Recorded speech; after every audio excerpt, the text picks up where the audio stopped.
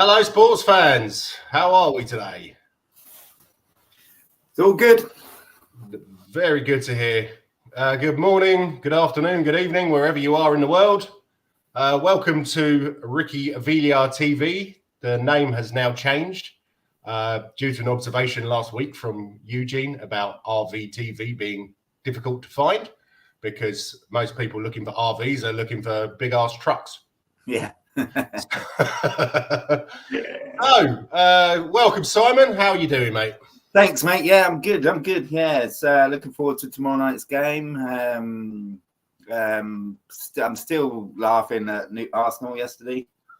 I haven't actually watched Match of the Day. I was watching something else last night, and I was going to watch it this morning, but unfortunately, things happened, and I couldn't get around to it. But I did flick over and hear Martin Keown complaining and whining like a little so-and-so. So I'm really looking forward to watching that. It's hilarious. It's hilarious. It's like there's three clear reasons why that goal shouldn't have stood, which makes it even better. Like, the ball definitely went out for a goal kick. Yeah. You can see it. And there's a foul on a defender and handball as well. Brilliant. Seriously, wow, brilliant. So I can imagine that Arteta's underpants were not very clean after that. Then it's a disgrace. It's a disgrace. It would not happen to Pep. I'm better than Pep. Sorry. Anyway, mate, the gel on your hair is a disgrace, mate. That's what So before we get started on the football, I'd like to say big shout out to Kev. Unfortunately, he's not feeling very well today, so he couldn't join in. We hope you get better soon, Kev, and hope to see you on the show again at some point. I'm out next week, so I won't be doing one. But if you and Kev want to do one, then you've got the key to get into StreamYard, and you're more than welcome. So let's start with Spurs versus Chelsea. But before we do, we have another guest coming in. Doesn't look like he's got his camera on, but we'll add him. Hello, Eugene. Hi, Jens. Can you guys hear me? Yes, we can. Yeah, it's a bit echoey, but it's all good. How are you? I'm doing well. But I forgot about the timing. You guys are doing this at. I'm going out for dinner at the moment. Okay, no problem. Yeah, that's all good. Me and Simon will talk amongst ourselves. All right, but never mind. Just to let you guys know, right, about this preview for this coming match. I feel like the draw. That's all. The draw. All right, let's take it. Yeah, we're gonna draw. Yeah, okay. Bye. We can't hear you very well. Yeah, okay. Right, so that was Eugene's cameo. Thank you very much for coming on, sir, and enjoy your dinner. So, Spurs versus Chelsea. Predicted lineup: Vicario, Porro, Romero, VDV, Udogie. As far as I can see, Udogie's not on the injured list anymore.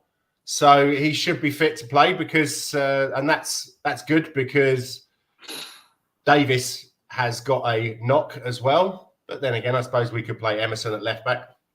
Bissouma, Sarr, Kulu, Maddison, Johnson, and Son. What are your thoughts on the predicted lineup, Simon? I don't think Udogie plays. He's an injury doubt. Last time I heard. Okay. Yeah, I mean, if it ain't broke, don't fix it, isn't it? Really. I think one we haven't talked about a lot is Pedro Porro and how he's been a bit of a glue to hold all his team together. He's been phenomenal. All of the players that you've listed there have been amazing. Kulu again could do with a little bit more improvement to be back to what he was. Good to see. Yeah, I mean I'm just thinking of backups here. Well, one change that I have put in, who I think probably deserves it after his cameo in the last game, is Johnson in for Richarlison.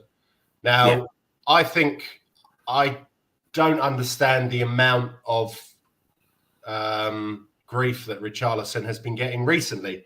Before that, I completely understand that. Everybody expects him to score, but he's really been putting in the performances and helping the team, and he's always there hustling and harrying the opposition.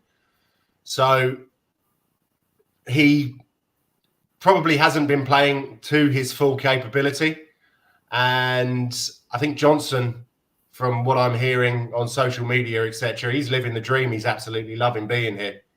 So he's looked exciting every time he's come on. I don't know if Ange currently sees him as an impact sub. But then again, Richarlison can be an impact sub, can't he? So... Yeah.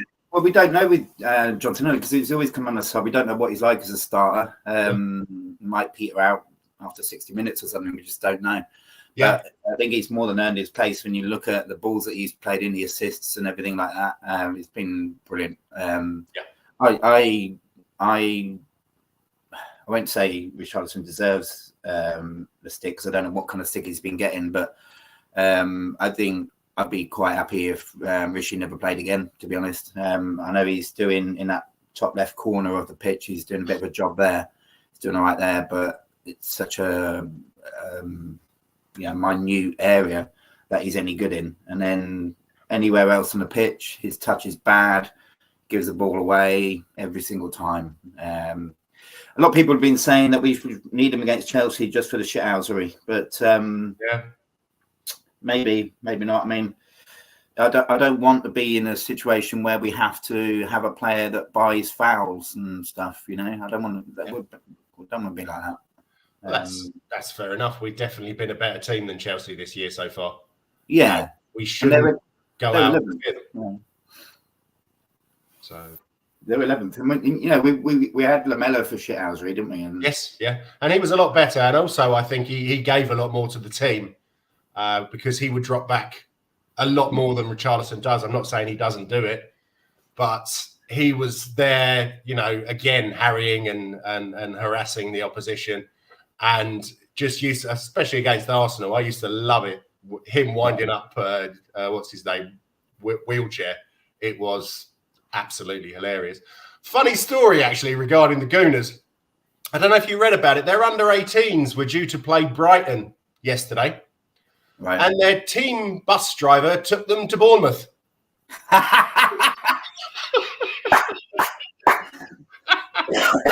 He's one of our own. Their bus driver is one of our own. Now that is, there's definitely something a bit snide going on there in it, but enough respect to the team bus driver. You're welcome to come on this show anytime, mate. Absolutely. What a legend. It's a shame he didn't take him to Burnley. Blackpool. Brentford, yeah. Oh, it's only down the road, lads. We only need to leave half an hour before. The C and it starts with B. Right, got it. Right, put it into the sat nav. Yeah, no, that's the one. Brilliant. Okay, so going back a few years, 17 to be quite honest, on this day, 2006, was the first time that we've beaten Chelsea either home or away for 16 years. And I was saying to Simon beforehand in the back room how some people say, oh, yeah, I remember where I was when JFK was assassinated or when John Lennon was assassinated. I remember where I was when we beat Chelsea and Aaron Lennon put that wonderful goal into the top left-hand corner. I was at work in the canteen surrounded by Chelsea fans. It's hilarious. So, Pochettino's return. We touched on this a little bit last week. I've seen a lot of differing opinions. What would you do if you were in the stadium? Would you boo him? Would you polite applause? Nothing? Sing his name? What would you do? I'd apply applause. Polite applause, I think. Yeah. There's no sense in booing him. He didn't leave us to go straight there. He's got to have a job at the end of the day. I know it's Chelsea, but he's. I don't think we need to worry about that. I think they'll end up sacking him once we beat him anyway. Not that I want him to get sacked. It's just that he'll move on to a better club, hopefully, and get a better job. with a more secure job. Yeah, I mean, we've kind of already we've given him all the props that we need to in the past, I think, and we don't need to be chanting his name or anything. In fact, I think it would be better if the old Pochettino chant. I think if Pochettino comes in, if we clap him and then start singing the Pochettino chant, but with Angie's name in it, I think that'd be hilarious. Yeah, that might be a bit difficult. He's magic, Ange Postecoglou. Yeah, maybe. You never know.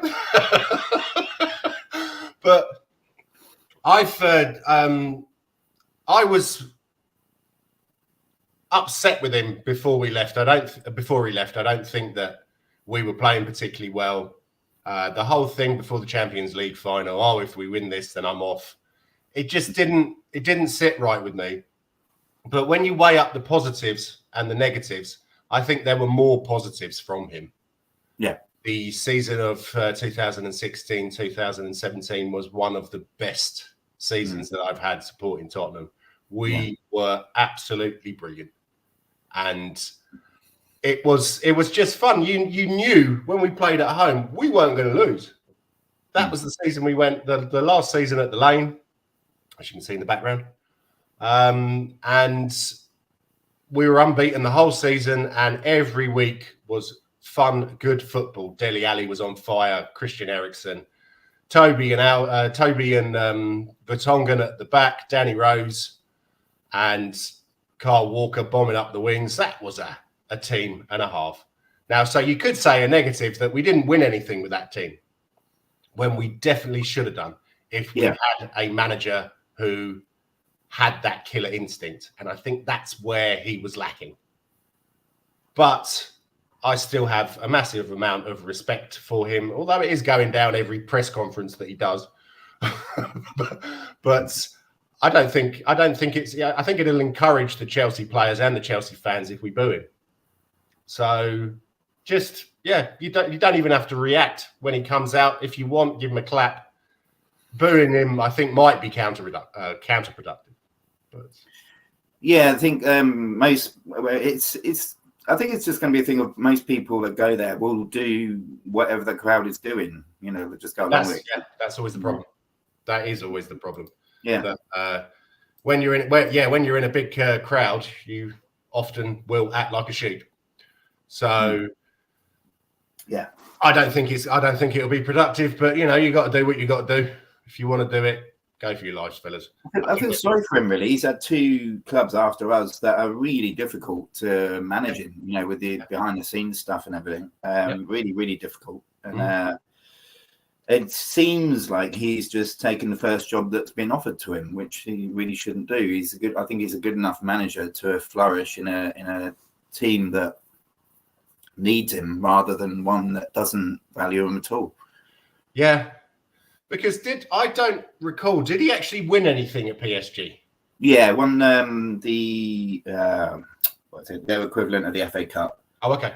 The Copa something or other. Yeah. Yeah. So yeah, he delivered a trophy, I think, and then came close second season, and then I mean, I think I'm not sure if he left or if he was sacked. I'm not sure. I think he was sacked. Right. To be honest, with a team as filled with talent as PSG, you should be walking the league every year. I would say, but then again, you have to manage the superstars. You have to manage Mbappe. You have to manage Neymar, and they all want to be the number one at the club. And so there's always going to be internal issues because everybody should pass the ball to me because I'm the one who most likely to score. Well, who do you pass to between Neymar and Mbappe? I'd say Mbappe myself. Yes, I think Neymar has been a massive show pony for most of his career and has never really. He was going to be the new Ronaldo number 9, one of the best players I've ever seen. Unfortunately, so many injuries ruined his career, but he's never really lived up to it. And I think his attitude as well is it's something that's difficult if you're a manager. And now you've got the same. Now you've got a slightly different thing at Chelsea because this Todd Bowley bloke thinks he's playing Football Manager. He sees a player for 5 minutes. We got to sign him. How much is he? Oh, they want. He's worth 20 million, but they want 70. I'll pay it. It's just, yeah. I think Chelsea are worse than Newcastle, quite frankly, in that regards. Obviously, not the human rights regards, but yes. What can you say? So, who do you think is a danger for Chelsea? Well, Modric is supposed to be fit again. To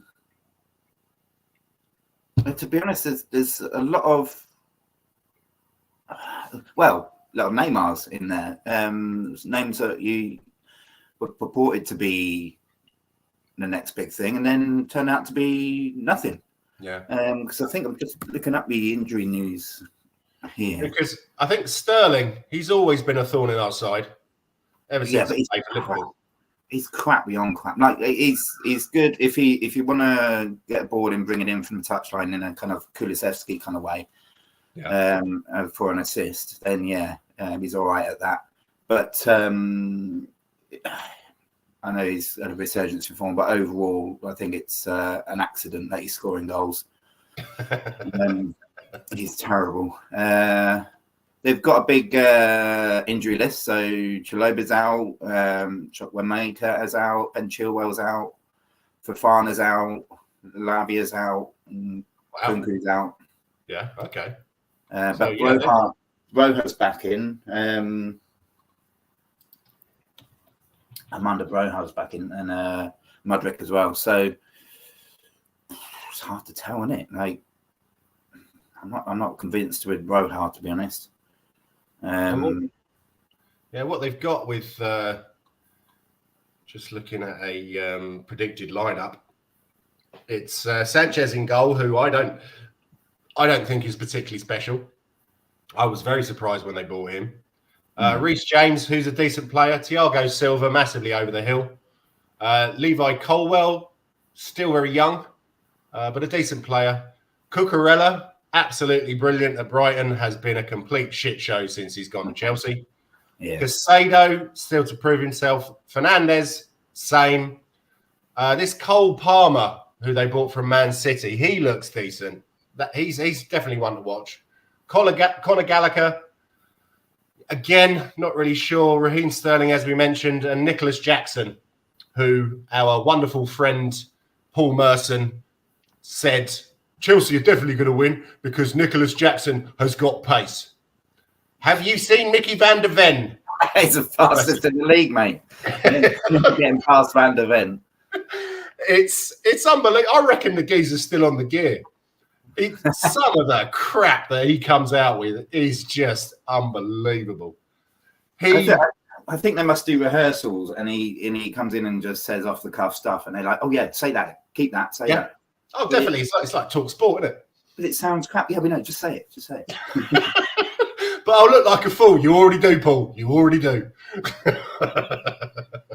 We'll get viewers. Okay, then. Let's go for the score prediction. I'm thinking 3-1. 3-1 win.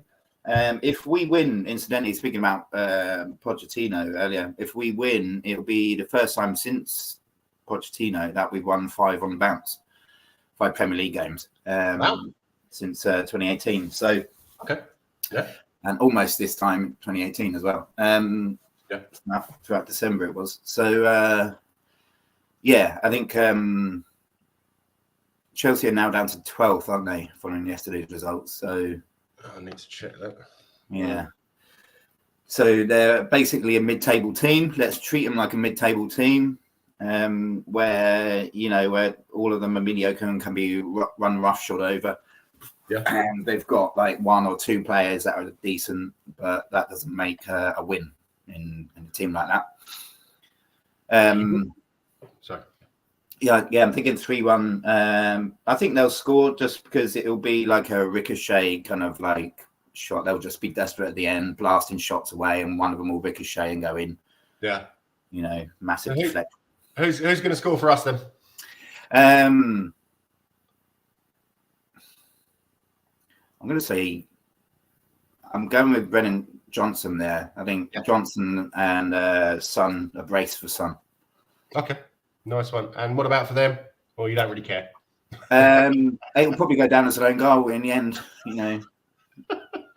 off Romero. No, hang on. Romero is going to give away a penalty by pulling Cucurella's hair again. It's just going to yank it off, and then it will come off as and everybody finds out it's a wig, and it'll be like, ah! They'll chuck it, and it'll be really obvious that he's pulled him. Just like that Australia bloke in Only Fools and Horses. Yeah, that's definitely a syrup.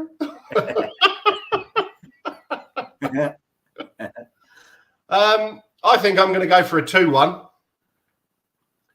It's a derby game, so no, as they say, form does usually tend to go out of the window. Gordon Bennett, what a cliche. But I still think we'll be too strong for them. I don't think that Postecoglou buys into any of this hoodoo crap that we've had at Tottenham for so long. Chelsea, Arsenal. It seemed like we were beaten before we went on the pitch. I don't think he'll just be, you're all right, mate. We're going to win this. So I reckon 2-1, Sonny, Kulusevski, and probably Conor Gallagher for them. Spawny off his arse or something like that. But I think we're going to go back top tomorrow. And it was obviously very nice seeing the Gooners lose yesterday. Yeah.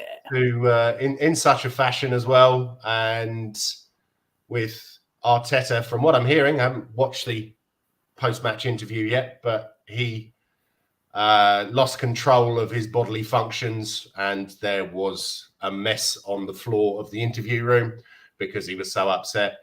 The bloke really does think that he's the best thing since sliced bread, doesn't he? Yeah, it's entitlement, isn't it? Yeah, he has no self-awareness. It's always someone else's fault when they lose, and that's the type of. There's an awful lot. On Spurs Community they have a thread which is about what the opposition fans are saying, and whenever there's something from Arse Mania, it's called. Seriously, you ain't gonna type that into. You're not going to type that into Google, are you? Seriously, that is. But there seems to be an ever increasing amount of Arsenal fans who think that he's a fraud. Really? I wouldn't go that far. I mean, come on. Last season, they did look like they were going to win the title. They looked really good. They got the confidence up early in the season, a lot like we have. But he, again, is a bit of a Pochettino. Doesn't have that killer instinct. It's also, it amazes me that they're saying this, but they ain't got any Europe, etc., etc. You didn't have any Europe last season, fellas.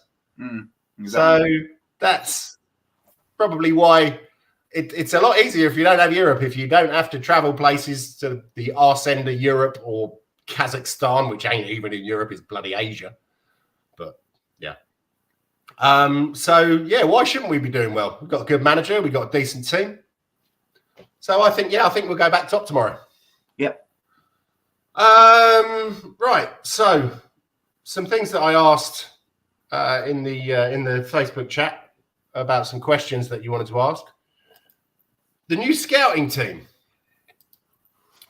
I actually feel quite embarrassed about this because I thought that Johan Lange was German, but he's actually Danish. So, Onskue, which means I'm sorry in Danish. But from what I'm hearing, he was at Aston Villa before, and he's made some very decent signings. But I also think that I've heard that he's made quite a few misses. Well, there's some debate about that, isn't there? There's some debate. I mean, there's a lot of. I've heard a few fans saying that the good signings that he did were actually already on the way before he didn't have much to do with it. They'd already been earmarked anyway without him. But that's up for debate. There's could quite easily be untrue. Hard to verify, of course. Yeah. But I mean, him and the other guy that's come in have got very, very good reputations. Yeah. I think it's perfect timing as well. Come up to the January window. Ange is very happy with them. Yeah. Well, you know what he's like. I mean, he just said, you know, we haven't done like a formal meeting or anything, but we've had a good chat. He said, I like to do things informally, just have a casual chat with them, just to make sure we're on the same page. And he said they've got bedded in pretty quickly. They're working well with the people that they need to work with, and it all looks good. So full of confidence for a transfer window for the first time in bloody ages. Yeah. So we have someone in the chat, which is rather nice. So I'm just saying, here's the link if you want to join in. Good morning, Hans. How are you, mate? As I said, if you want to come on, please do. It'd be great to see you. So I did a little bit of digging on this Rob McKenzie guy. Now, he was here with Paul Mitchell in 2017 and left with Paul Mitchell. He was there before and left with Paul Mitchell in 2017. So as I said, give me 5 minutes. All good, bruv? Nice one. Go and take your pajamas off, put some clothes on. Nice one. And he was actually involved. He's been at Leicester and Villa. So he was involved in the signings of Son, Alderweireld and Trippier at Spurs. I'm sure there were more, but these were the ones that stood out. At Leicester, he was involved in Vardy and Mahrez. I mean, come on. That's a bit special, isn't it? And at Villa, it was Watkins and Martinez. Now, maybe they were a little bit more better known. Watkins was definitely knocking them in for Brentford before he left, and Martinez was known at the Gooners, but still they got him for 13 million or something like that, and then he's gone on to win a World Cup. So I am still a little bit unhappy that Paratici, you can understand that he had to go because of the whole dodgy stuff that was going on in Italy. But this Gabbiadini guy, who has been part and parcel of most of our signings recently, and he seemed like an absolute stand-up bloke. You never know, I suppose, if he's involved with Paratici, then he might have been involved with some of the fraud, dodgy dealings. But I've read an interview with him, and he didn't really slag off the club, but he was like, he wanted to be basically director of football, and Scott Munn got the job, and he was like, well, I don't really want to have to go to Scott Munn and then then he goes to the chairman. I want to be the direct line to the manager and the chairman, because I think I know enough that I can help the team. So I completely understand that. And hopefully this will be something good, something exciting. I've heard a few rumours that Langer is looking for free transfers in January. So Mr. Levy will be sitting there on that pile of £50 notes that he calls a sofa and thinking, oh my God, this guy's brilliant. I can build another cinema. But anyway.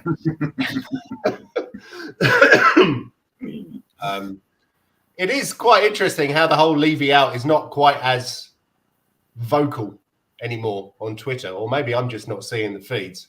Well, it's reactionary, isn't it? And it's with these guys coming in, they'll either rise up again in January or stay quiet. The proof is in the pudding. We will have to have. I just hope we have a lot of faith if they go out and buy someone not many of us have heard of, that kind of thing. Let's just have faith that they know what they're doing. Let's time will tell. Time will tell. Yeah, that is very true. And I did like the way that Paratici and Sunset Bell were. Sunset Bell, I was just about to talk about him. But Paratici and Gabardini worked because they went out and they bought these youngsters. They bought Sunset Bell. They bought Vélez from Argentina. And it really looked as if we were going back to what we used to do, which was to buy young players. Now, it used to be when Martin Jol and Frank Arneson were there, it was mainly concentrated on young English players.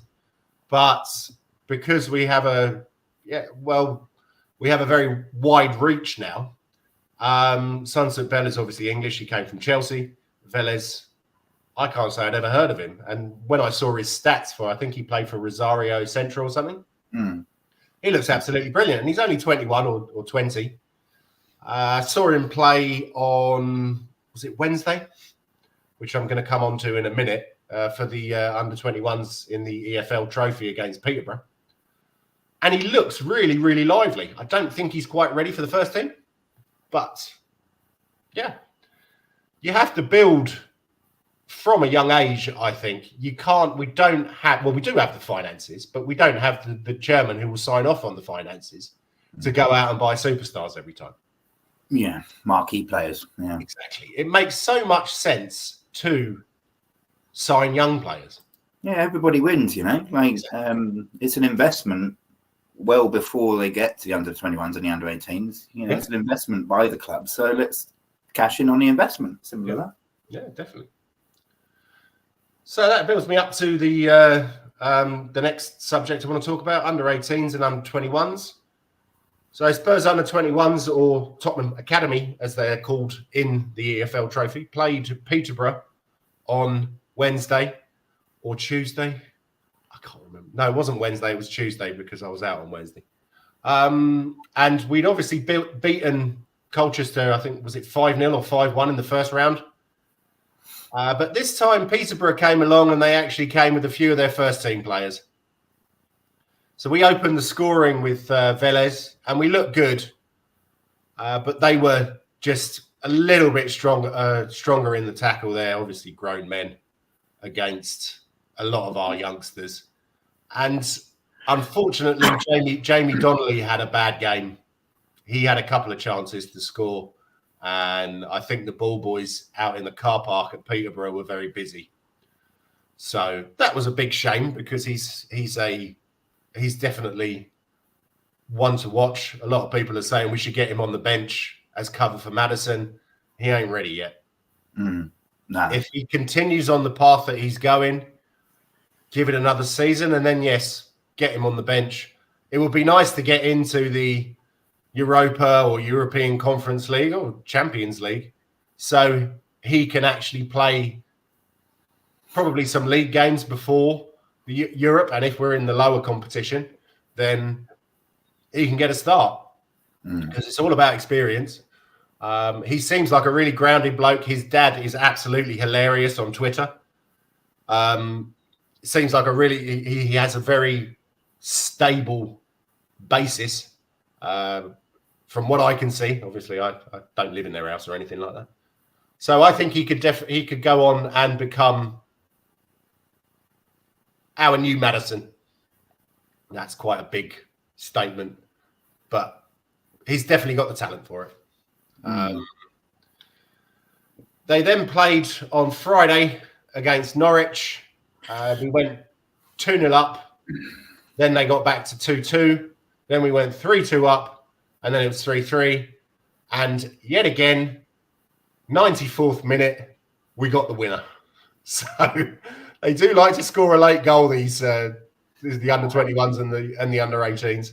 Well, it's not just that with the under-21s. It's like our defence is so suspect, man. Like, I don't know if you saw the game, but during the game, like, there's this Norwich forward, Abo, I think his name was, two golden opportunities right in front of goal. I mean, one, he was 1 yard out. We come in from a corner, flicked onto him. He's 1 yard out, unmarked, right in front of goal, and managed to put it over. And then another one is another almost open goal. And like they could have easily won that. And just well suspect on the defence. However, Jamie Donnelly was excellent. So accurate on his passing, and his build-up play as well. Jude Bell. It's a strange one, you know. I'm not sure whether I like him or not because I agree on that. Yeah, he's got great awareness and everything. It's just like there was a chance late on where he was kind of hanging out almost back post, I think just inside the penalty area or just by the 6-yard box. It came to him and he was like he had half the goal to aim at, and instead of shooting, he takes another touch, tries to bring it forward further into the penalty area, and then it gets blocked. I'm like, why didn't you just? But you know, this lads, and the decision making is not quite as far. Like you say, yeah, they're not quite ready for the first team yet, but there is massively encouraging signs. I just think our defence with the under-21s, man, our keeper's a bit average as well. So Gunter, yeah, it's never boring watching the under-21s. Again, I'm missing out on a couple of players. We bought Langshire from Sheffield United, who's I believe he started out very young in the Arsenal youth team and then was released and went to Sheffield United. But he's a London boy. That again was Gabbiadini and Paratici. And then who's the other guy? Phillips from Blackburn. That I think, I'm not sure. I think that again that's Paratici, and they definitely have the raw talents. They just need to learn. I do like that Charlie Sayers as well, who we bought from Southend, who'd had I think he played 13 or 14 games in the first team as an 18-year-old in League Two. Now you've got to have something about you there, mainly strength, to be able to play in League Two. So it really does look positive with the under-21s and the under-18s who are coming through. But unfortunately, they played yesterday against Palace, went 2-0 down very quickly, then got it back to 2-2, and in the end ended up losing 5-2. Ajehi and Lahane, I think Lahane is 16 or something. He's a forward. Everybody's saying he's the next Harry Kane. Well, everyone in the youth circles, but yeah, he's 16. So we'll have to see how that goes. But still, we're second, but only on goal difference. Fulham under 18s 1-6 played lost 2, and same as us, but they've got I think +3 goal difference to us. So it really. I'm excited about it. I haven't been this excited since probably the 90s when we had the whole Ian Walker, Stephen Carr, and players like that. It's looking really good, and I think it is a basis that needs to be built on because of the training ground as well. Look how brilliant that is, and we really need to utilise that. Yeah, I think Andrew's going to have a lot to do with that because he's hinted at in the past when people have asked him about, that new scouting team, does it come to you for a final decision? And he mentioned that it does. So I think he's got a lot more influence on things around the club that I don't think previous managers have had. And I think that goes the same with the under 18s and under 21s. It's a great thing, man. Like it's very simple, isn't it? Like, if the stats bear up, we'll have a look at you, and then you're in, mate. It's simple as that. If you can do the job, you're in. If you can't, you're out.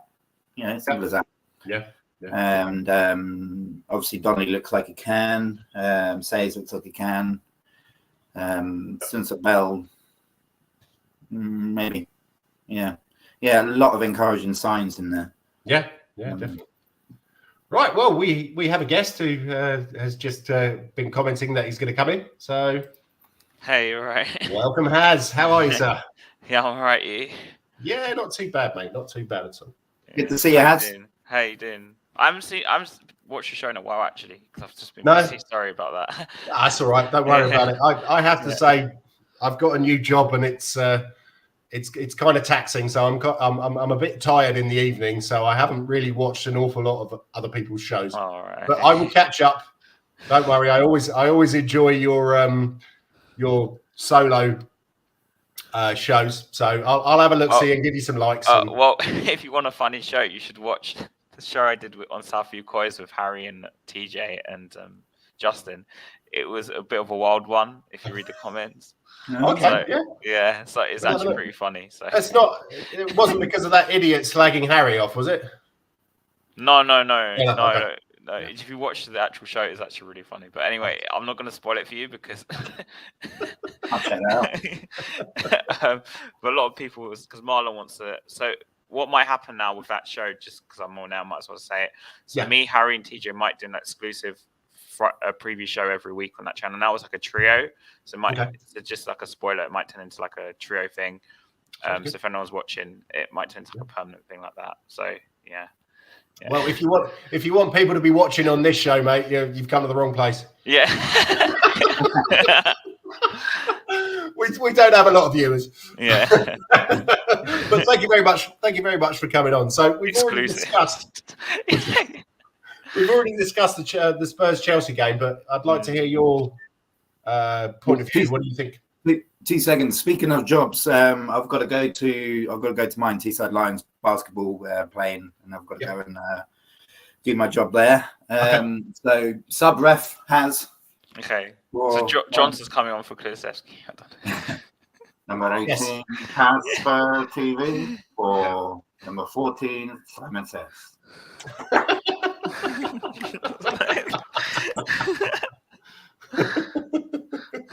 What do you reckon? What do you think of the predicted lineup? How do you think they're going to play? Oh, right. I didn't even realise he was going. Okay. Yeah, I thought you were going to ask him. That's No, we've already done that. So I just thought I'd ask your opinion. So I'm of the opinion that he'll probably play the same team that's played every single week. Kulusevski on the right. I think Richarlison will stick on the left for now because I think Johnson's probably a bit too soon. I think he'll probably feel like it's a bit too soon to throw him in. Okay. Son up front. Bissouma will probably play, which is the subject of basically what we were talking about on Friday night, which I don't want to spoil for you, so just go and watch it.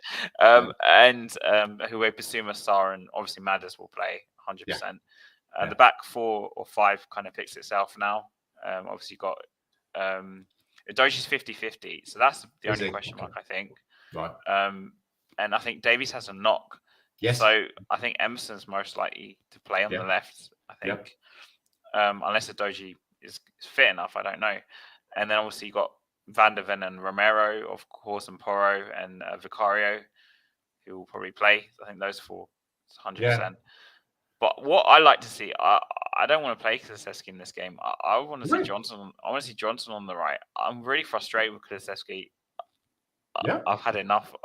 I don't want to watch him play anymore because I'm of the opinion that, and I know this is quite divisive, but I kind of think Richarlison's actually done all right on the left. I have to say, I said that earlier in the show. I don't understand where all of the abuse is coming from because I think that Harry's play. He reminds me a little bit of Lamella without the finesse. I thought Lamella had a little bit more finesse than. It's not just that. I don't see him as a left winger. So for him to be playing there and doing all right, to me is actually okay. Yeah. I think what I don't like in our fan base right now is like we're treating him as if he's like a striker. So when he misses chances or whatever, it's like, oh, it's the end of the world. But he's not. Even when we played him up front, the goals he scored were both headers, which because of Perisic, and obviously Perisic is injured. So, and if you're going to play Richarlison up front, you kind of have to cater to him. Yeah. But it's like we're catering now to Sonny. People don't like to hear this, but we're catering to Sonny. Like Maddison's balls are always like low through balls on the most part, or certain like the cutbacks. So we're basically setting him up, and this is why he's scoring so many goals because it's just the ball is for him. Yes. From Maddison. But if we played Richarlison up front, you have to kind of change the dynamic a bit. You have to play higher balls. And like his first touch is not brilliant, is it? No. I think he's more of an instinctive striker, personally, from what I've seen of him. Yeah. And I'm not saying he's like the best striker in the world, or he's going to be the next Ronaldo, like number 9 Ronaldo. Or the next, Rivaldo or something, But I think there is a player there. I don't really want to give up on him right now. as for Kulusevski, I just get frustrated every time I watch him on the right. I feel like he slows our game down a lot. So when we're on the break away, I don't know if you noticed, but there was a few the other day, and he just stops, passes it back because he just doesn't have the pace to go. Yeah. I also think Johnson will give us like an extra runner, so you kind of have Maddison spraying balls like all to the front three rather than Kulusevski getting it and then just stopping, and then we just slow down. And but I don't think he'll change it. I think he'll just play the same team. I don't see Johnson on the right. But so are you saying that we should have that you would prefer Richarlison up front, Sonny left? No. No, okay. So no. What I'm saying is, if you're going to play Richarlison up front, which I think is his position, you kind of have to adjust the final third. Oh yes, yeah. I'm not saying to play him there now. I'm saying right now he's actually doing all right on the left, but I'm saying people are expecting almost striker level performances off him off the left hand side. That's what I feel like I'm. Yeah, because it's such a vendetta. It's just like if you look at his history, he's never been a massive goal scorer, has he? No, he averages like 1 in 3, I think. Yeah. So does he play up front for Brazil or does he play on the left? Up front for Brazil. He's up front. Okay. But then again, you've got really world-class players playing next to you. Like Vinicius and was it Rodrigo was setting him up in the World Cup? Yeah. If you look at my best mate's a Watford fan, so I do follow Watford, and he was never that prolific there. He wasn't prolific at Everton, so I'm not really sure why fans are expecting him to knock all these goals in. He's more of I wouldn't say he's even much of a supplier, but he's more of someone who will pick up the ball or will harass opposition players and win free kicks, etc., which is maybe not the way I'd like to play. But, he's like Lamella. He's a shit. So I think he's better than Lamella was personally, but really no, I still think right. Coco was one of my. Was he one of your favourites? Always one of my favourites. Yeah, I don't know why. I think his attitude and his personality as well. That was always one of my. I think I was just fed up. He was always injured. That's probably why. Yeah, that's true. Yeah. But it's like Paulinho. Do you remember Paulinho? I was one of the few people. I wish I could forget Paulinho. I was one of the few people who actually quite liked him. I just there. Well, yeah, we kind of hoped there would be, and he actually went on to play really well. Chadley was a bit iffy about. I thought he was all right. Yeah. I liked Chadley. I thought he popped up with some important goals. But that magnificent 7, there were definitely more misses than there were hits, weren't there? Yeah, 100%. But this game, I think we spoke about a lot on Friday, and this is like a spoiler thing because it's not the massive topic that went kind of not viral, but you'll see what I'm talking about if you watch the show. It's a 2-hour show. But anyway, so we're talking about how we don't want the players and the fans as well to get caught up in the emotion of Poch coming back, in the sense that if we put too much emphasis on it, say we boo him, we were saying that he'll get more revved up to beat us. If we cheer him, he'll be like, look, they all love me. I can just win the game, basically. I don't know. Come back as a boot boy. But both ways, like it helps him in either way. Yeah. But if we was to come and I know this won't happen, but no one do anything. Like I'm not gonna boo. I'm not gonna cheer. Yeah. I'm gonna do nothing. That's what I said on the show as well. Then you don't give him any notice. I don't think he'll be more. What's the word? Fired up to do better against us. I actually said that earlier. Someone else, just someone, because he didn't go to Arsenal. If we went to Arsenal, it's a completely different story. In my opinion. Yeah. Like I said that earlier. I think there's more positives than negatives with Pochettino from his time at Spurs. And I did. I said that I think if we boo him, then that's going to rile up the Chelsea fans. That's going to rile up the Chelsea team. That's going to rile him up. And if you just maybe some polite applause and it's or nothing. I'm not going to do anything. Nothing would probably be good. I think he still has an affinity for the club, but he also has a massive case of foot in mouth syndrome. Every time he talks, he puts his it's just. The thing is, though, this comments about I'd never managed Chelsea and all this. See, the irony of that is Conte slated Spurs a lot when he was there. Do you remember? He said about the whole Mourinho. Mourinho was another one who said, "I'll never manage Tottenham." Remember? Oh, did he say that? I don't remember I that. think he said, "I never managed Yeah. Tottenham." I remember reading this. I have to find the Yeah. quote or something. I have a vague memory of him saying something about Tottenham, saying he never managed it or something. Yeah. But I know Conte made comments about Spurs not being expected to win. Do you remember when was that title race? Yeah. And then but Chelsea are or something like that. And then obviously Mourinho had, I think, 100% said something about he never managed Tottenham, something like that. Yeah. Of that ilk. Mm-hmm. And then obviously he ended up managing, which is why when managers say I'll never manage this team, I'm just like, okay. Whatever, mate. It's wherever the money is. You don't give a shit. You have no loyalty. Yeah. So this is why when we went to Chelsea, I wasn't upset. I wasn't. Then I'm quite brutal. When Poch left, I was like, whatever, because I felt like he needs to go. He did. He definitely did. Yeah. I wasn't doing a heavy sentiment, and then Mourinho came in, and I was happy that we got Mourinho because I wanted Mourinho at the time. Yeah. So, I would have liked him 10 years before. Yeah. I think Levy had like a obsession with Mourinho. I was reading. I remember. Yeah, he did. Yeah. I remember Mourinho when it was at Porto. So even though I was quite young watching football at the time, when he did that run, when they beat United. Oh yes, yeah. He copied that off Barry Fry, though, didn't he? Did he? You remember Barry Fry from Peterborough? He always used to do that. Yeah. But so this is why I'd rather Spurs fans don't give him any sort of what's the word? Grief. Not grief or applause, just any sort of notice. Acknowledgement. Acknowledgement. That's the word. Acknowledgement. Yeah. Just don't acknowledge him. Yeah. And I think it will get him more. But I know it won't happen. Like I know I'll walk in there. My brother might clap him because my brother loves Poch. Yeah. I'm going with my brother and my dad. I think he might clap him. I'm just going to sit there and do nothing. Yeah. And then people might, in where I sit in West, might clap him. Yeah. They might boo him. The South might boo him. You don't know. I think it'll be quite mixed. So I think the South will definitely boo him. You think? Yeah.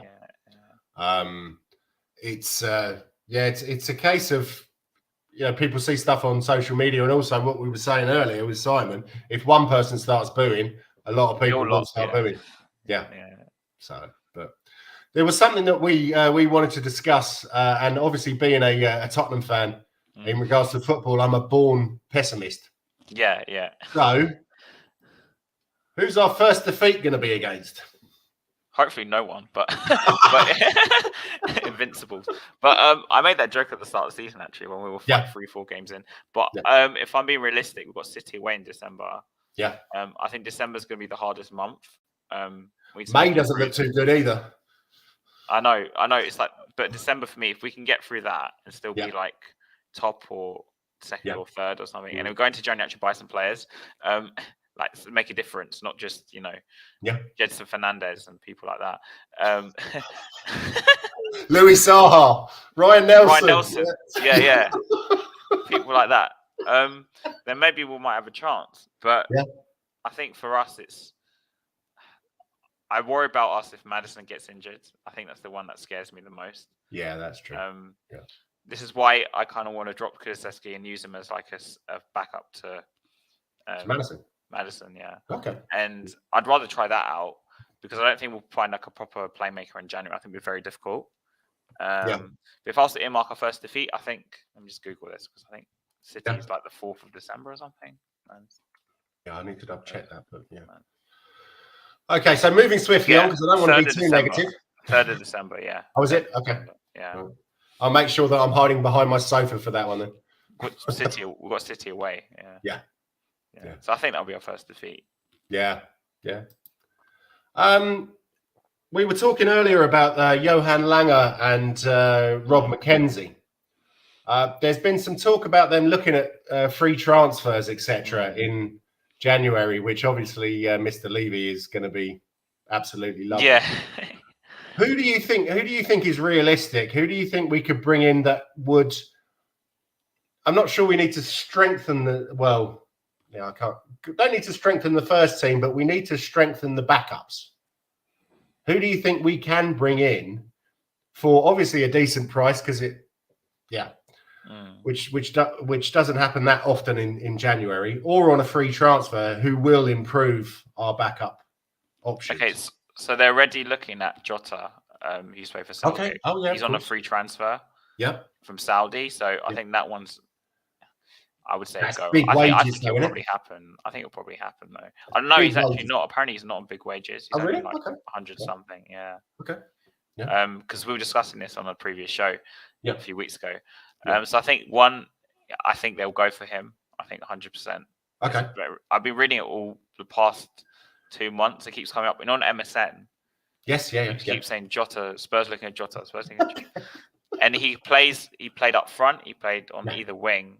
And he sort of plays, I think, sort of a bit number 10 sometimes or something. Yeah. So he's like a hybrid. Someone's described him as a hybrid of Son and Madison. I don't know what that looks like, but so good. I think that's one that they're looking at because he can play, like I said, all across the front. So he can play striker, left, right. So that's one they're looking at. I think what about centre backs? We need a centre back. We need a centre back and a left back. Yeah, but for free, I don't think you can get those kind of players for free. A centre back and a left back. No. And who's going to be available anyway in January? The one I thought of, I don't know how much it'll cost though, was Hincapié. Oh yes, Leverkusen, because he can play left back as well. That'd be nice. Because we have a problem there, I think, with Davies. Yeah, Davies he's definitely not the kind of backup that we need. And what do you think of Emerson being a backup? Actually, don't get me wrong. I don't think long term he should be here. Right. Like, if we're talking next summer, I want a better right back. Yeah. But for now, for this season, I think he's a decent backup for the left and the right. Like he did a job on the left the other day. Yes. I think he can do a job on the right. And when I say do a job, I mean he's basically taking up the position that Davies used to do, where he used to do a job and then. Yeah. But I think with Davies, I think now I don't think he can do it. Also, the left side is more important for me than the right because I think I just think Romero. And we've got that. Is it Phillips as well? I think. Yes. Yeah. So, and I'm not sure he's ready. Yeah.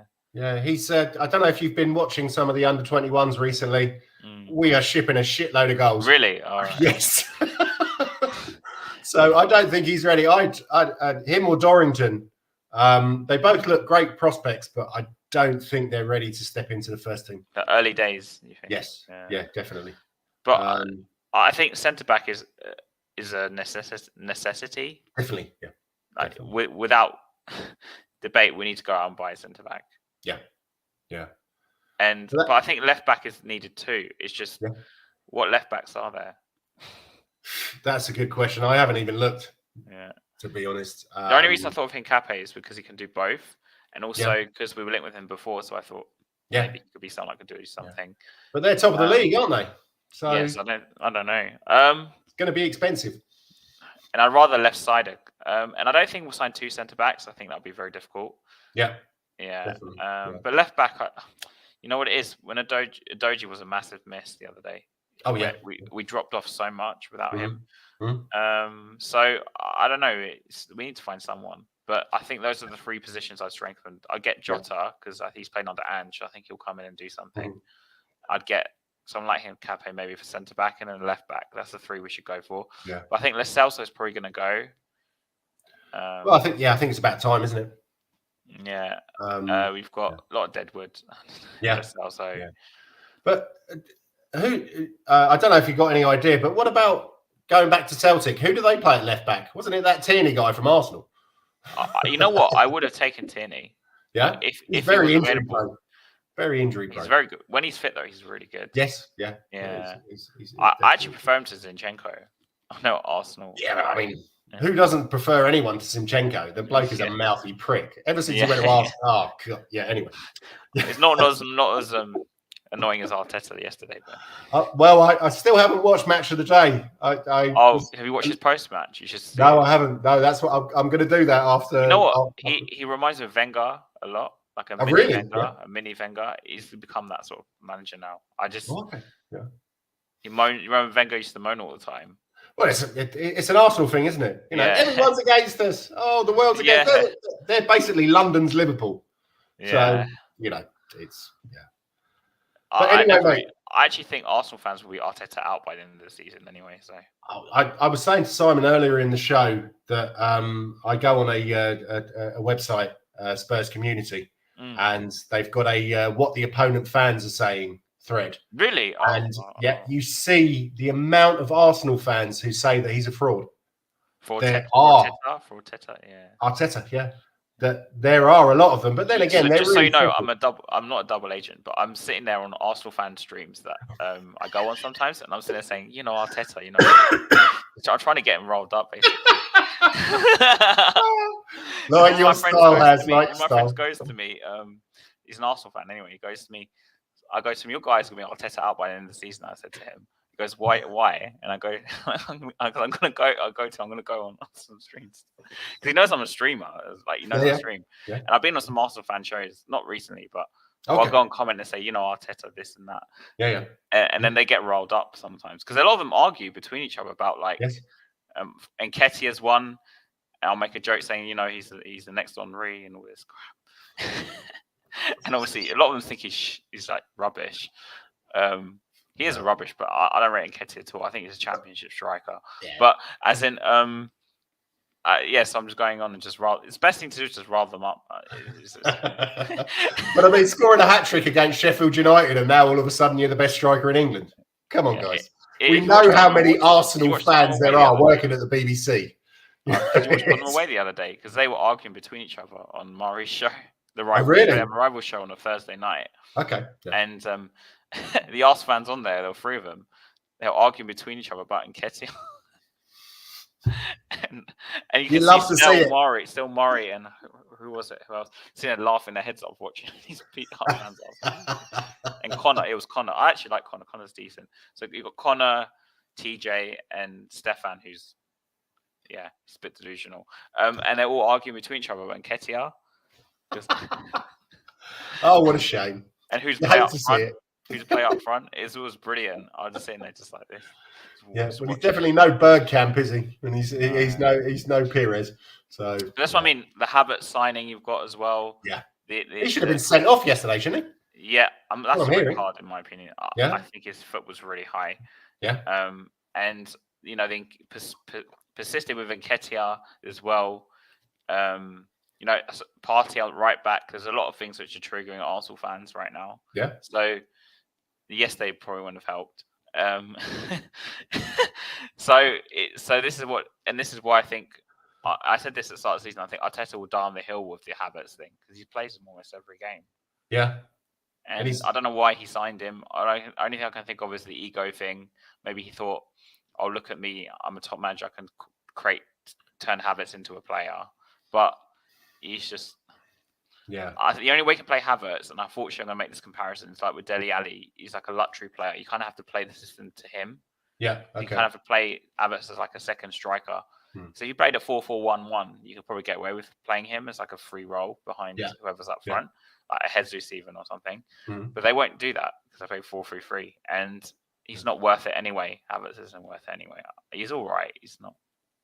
No, I don't. I can remember when he went to Chelsea that everyone was screaming and shouting about him, how great he was, this next best thing out of Germany. And did he actually do anything at Chelsea? He scored the winner in the Champions League. That's about it. Oh, did he? Okay. Yeah. I don't tend to watch Chelsea games, even if it is the Champions League. Yeah. Champions League final. Yeah. Okay. Yeah. Well, yeah. Sorry about that. No, that's okay. But yeah, so that's why I think this is why I think a lot of them are turning on him. I really. They don't rate him, and I actually think Emery is a better manager. And I think if they stuck with him and back to what his decisions were, maybe they would have been a different story. Yeah, because I think Emery's going to do bits at Villa, and he's already doing stuff at Villa. Yes, he is. Yeah, definitely. Yeah. And it seemed with the Arsenal fans with Emery was good evening. Yeah, good evening. And they were just taking a piss out of him constantly. And he's a decent manager. I mean, he looks like Dracula, but he's a very good manager. Honestly, he's a very good manager. And I think the Villa game was quite tough for us. Yes, Villa looking decent. But we'll have to see. Anyway, Haz, I'm going to have to wrap this up now. Because, that's okay. Do you want my score prediction or not? Yes, please. Yeah, sorry. Yeah. Oh yeah, 2-1 Tottenham. I'm going 2-1 Tottenham. That's exactly what I went for. Who's going to be the scorer? Son will probably get one.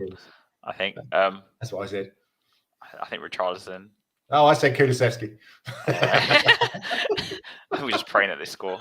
And Conor Gallagher as well for them. So yeah, that's about right. I think Conor Gallagher probably. So, do you want to plug your channel? Okay, so I have a few people to plug. Yeah, of course. So my channel has Spur TV. Go subscribe now. Southview COYS. Go and subscribe now. I have a show on there once a week. Obviously, international breaks is a break, but once a week. It's normally on a Friday around 6-ish. I do a preview show, and as I said, spoiler, it might end up being just this specific 3 people. Hey, okay. Harry Scarf, who actually goes on the show, go subscribe to him. I'm on Scarfy Spurs talk a lot, so go subscribe to him. Great TJ Spursy Talks is always on my channel. Go subscribe to him. Yeah. Anyone else like Tottenham Way, Tottenham on Tour. I go on Tottenham Way sometimes. Tottenham on Tour as well with Brian Daigle. Yeah. Have I missed anyone? Is there any more channels I've missed? Oh, Talk on Ball with Colin. Is it Oh, Colin? yes, yeah. Subscribe to him. Yeah. Hotspur Hood. I haven't been on there a while, but I'm on there. Tommy, sometimes. yeah, nice. Yeah, nice subscribe to him. Lovely, If I've forgotten anyone else, sorry, but so it would be I can think off the top of my head because I got on a lot of shows. And yeah, so yeah. Okay. To everyone basically, and this channel too. Yeah, well, we definitely need it. Although I have to say, we got our first subscriber in, I think it's 6 months, so we're now up to 44. Okay. Isn't it Eltel Cotterell? Sorry,